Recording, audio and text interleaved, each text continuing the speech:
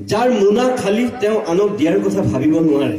সেইফালৰ পৰা মোৰ মোনা খালী, মই নিবলৈহে আহিছো, ইয়াত দিবলৈ নহয়। অৰ্থাৎ মই নিশ্চয়কৈ চাব আহিছো এই অঞ্চলটোৰ মানুহৰ মানসিকতা, এই অঞ্চলটোৰ উঠি অহা প্ৰজন্মৰ চিন্তা আৰু চেতনাত কোনখিনি কথা আছে, আৰু এই অঞ্চলটোৰ সামগ্ৰিকভাৱে ৰাজনৈতিক সামাজিক প্ৰেক্ষাপটত মানুহৰ মানসিকতা কোনটো স্তৰত, মই নিশ্চয়কৈ চাবলৈ আহিছো। আৰু সেইকাৰণে প্ৰথমবাৰৰ কাৰণে মই এই যমুনামুখলৈ আহিছো। যমুনামুখ সমষ্টিত এইখন মোৰ জীৱনৰ প্ৰথমখন সভা। কোনোবা প্ৰভাৱশালী ৰাজনৈতিক নেতাই মোক প্ৰত্যাহ্বান জনায় যে মই পাকঘৰলৈ যাব লাগে, মই বনিয়ালৈ যাব লাগে, মই যমুনামুখলৈ যাব লাগে। আৰু মই সেইসকল ৰাজনৈতিক নেতাক কওঁ যে মোক তেনেকুৱা প্ৰত্যাহ্বান জনাই লাভ নাই। মোক প্ৰত্যাহ্বান জনাব লাগিব চন্দ্ৰ গ্ৰহলৈ বা মংগল গ্ৰহলৈ যোৱাৰ। সেই সত্য মোৰ হয়তো নাথাকে, কিন্তু অসমৰ এনেকুৱা এটা জেগাত লৈ মোক কোনো ৰাজনীতিবিদে বা কোনো প্ৰভাৱশালী মন্ত্ৰীয়ে কোনোদিন প্ৰত্যাহ্বান জনোৱা উচিত নহয়। তেওঁলোকে ভবা উচিত নহয় যে মই যাব নোৱাৰো। মই চাম অসমৰ সদিয়াৰ পৰা যিকোনো জেগালৈ যাব পৰা শক্তি আৰু সামৰ্থ্য মোৰ আছে। মই এই যমুনামুখৰ পৰা সেইসকল মানুহক কৈ দিছো। আজি এই অঞ্চলটোৰ যিসকল উঠি অহা প্ৰজন্ম, ইয়াত গৰিষ্ঠ সংখ্যক ছাত্ৰ ছাত্ৰীক মই দেখিছো, ডেকা বন্ধুক মই দেখিছো, মোৰ পিতৃসমূহ, মোৰ খুৰাসমূহ, অভিভাৱককো মই ইয়াত প্ৰত্যক্ষ কৰিছো। মই প্ৰথমতে মোৰ যিসকল ভাতৃসমূহ, মৰমৰ ছাত্ৰ ছাত্ৰী ইয়াত আছে, মই তেওঁলোকক আমি মানুহ হিচাপে যেতিয়া জন্মগ্ৰহণ কৰি আহিছো, আমি প্ৰত্যেকেই কিন্তু মৃত্যু নোহোৱা পৰ্যন্ত মানুহ হিচাপে চিনাকি দি যাব লাগিব। মানুহ হিচাপে চিনাকি দি যাব লাগিব। মই কিয় কৈছো, এইখন অসমত অতি সম্প্ৰতি বহুত মানুহে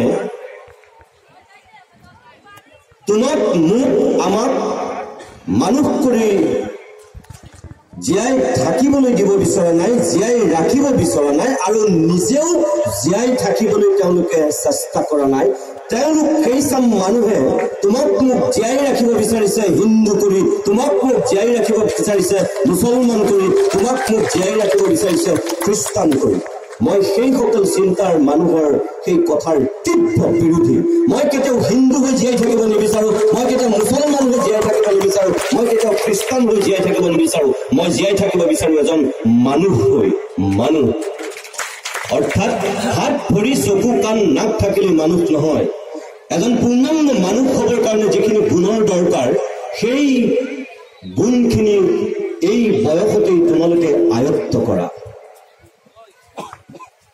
মই আকৌ কৈছো, মই বিচাৰো আমি প্ৰত্যেকেই পূৰ্ণাংগ মানুহ হওঁ।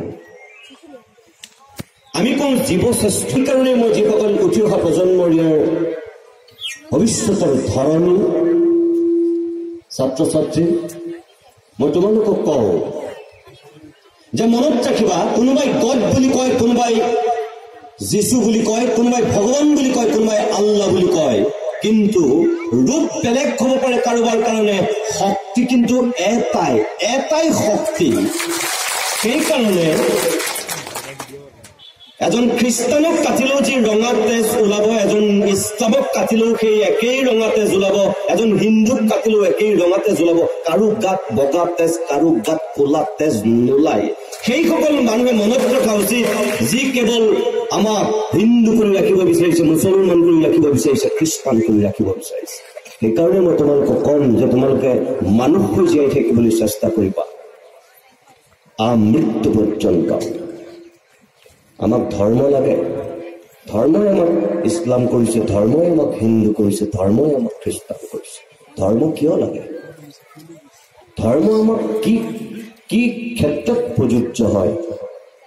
এই কাৰণেই প্ৰযোজ্য হয় যে আমি মানুহবিলাক আধ্যাত্মিক চেতনাৰে যাতে বেয়া কাম কৰিব নোৱাৰা এজন আমি ভাল মানুহ হওঁ। সেইকাৰণে আমাক ধৰ্ম লাগে। আল্লাহে আমাক সেয়াই শিকাইছে, ভগৱানে আমাক সেয়াই শিকাইছে, যীশুৱে আমাক সেয়াই শিকাইছে। হজৰত মহম্মদ কোনোদিন বিশ্ববিদ্যালয়ৰ ডিগ্ৰীধাৰী মানুহ নাছিল। হজৰত মহম্মদে আনকি প্ৰাথমিক বিদ্যালয়ৰ বাৰান্দাও গচকি পোৱা নাছিল। কিন্তু সেই হজৰত মহম্মদক লৈ আজি বিশ্বৰ ডাঙৰ ডাঙৰ বিশ্ববিদ্যালয়ত ডাঙৰ ডাঙৰ পণ্ডিতে গৱেষণা কৰি তৰণি পোৱা নাই।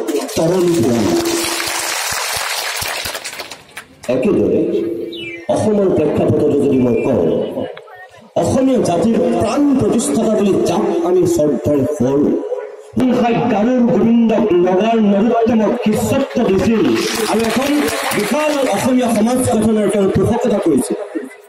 আজি 570 বছৰৰ পিছত সেই শ্ৰীমন্ত শংকৰদেৱৰ তিৰুভাৱ তিথি বা আৱিৰ্ভাৱ তিথি অসমবাসীয়ে ঠিকেই পালন কৰে, কিন্তু মহাপুৰুষ শ্ৰীমন্ত শংকৰদেৱে দেখুওৱা সেই পথত কিমানখিনি অসমীয়া মানুহে খোজ দিছে।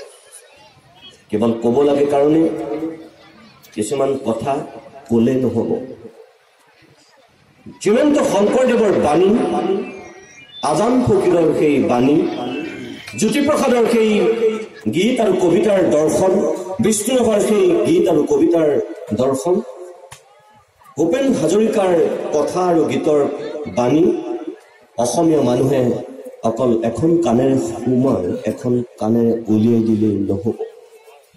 সেই বস্তুখিনি যেতিয়ালৈকে আমি হৃদয়ংগম কৰি জীৱনৰ বাটত বাট বুলিবলৈ নিশিকিম, তেতিয়ালৈকে কিন্তু আমি কেতিয়াও প্ৰকৃত মানুহ হ'ব নোৱাৰিম। সেইকাৰণে মই উঠি অহা প্ৰজন্মক মই তোমালোকক অনুৰোধ কৰিম যে মনত ৰাখিবা, তুমি শ্বেক্সপিয়াৰক জানিব লাগিব, তুমি শ্বেক্সপিয়াৰক বুজিব লাগিব, কিন্তু তুমি সম পৰিমাণে তাৰ আগতেই শংকৰদেৱকো জানিব লাগিব। ইয়াত থকা আমাৰ থলুৱা গীত নাটকো তুমি বুজিব লাগিব। তুমি মাইকেল জেকচনক ভাল পাব লাগিব, তুমি মাইকেল জেকচনৰ গীত তুমি শুনিব লাগিব, কিন্তু তাৰ আগতে তুমি ভূপেন হাজৰিকাৰ গীতক হৃদয়ংগম কৰিব পাৰিব লাগিব। যদি তুমি মাইকেল জেকচনক ভাল পোৱা, যদি তুমি ভূপেন হাজৰিকাক বেয়া পোৱা, তেতিয়াহ'লে তুমি কিন্তু কৰবাত ভুল কৰিবা। নিজৰ মাতৃভূমিৰ প্ৰতি যিটো ভাল পোৱা, যিটো টান, সেইটো প্ৰত্যেকজন বিবেকবান মানুহৰ থকাটো দৰকাৰ।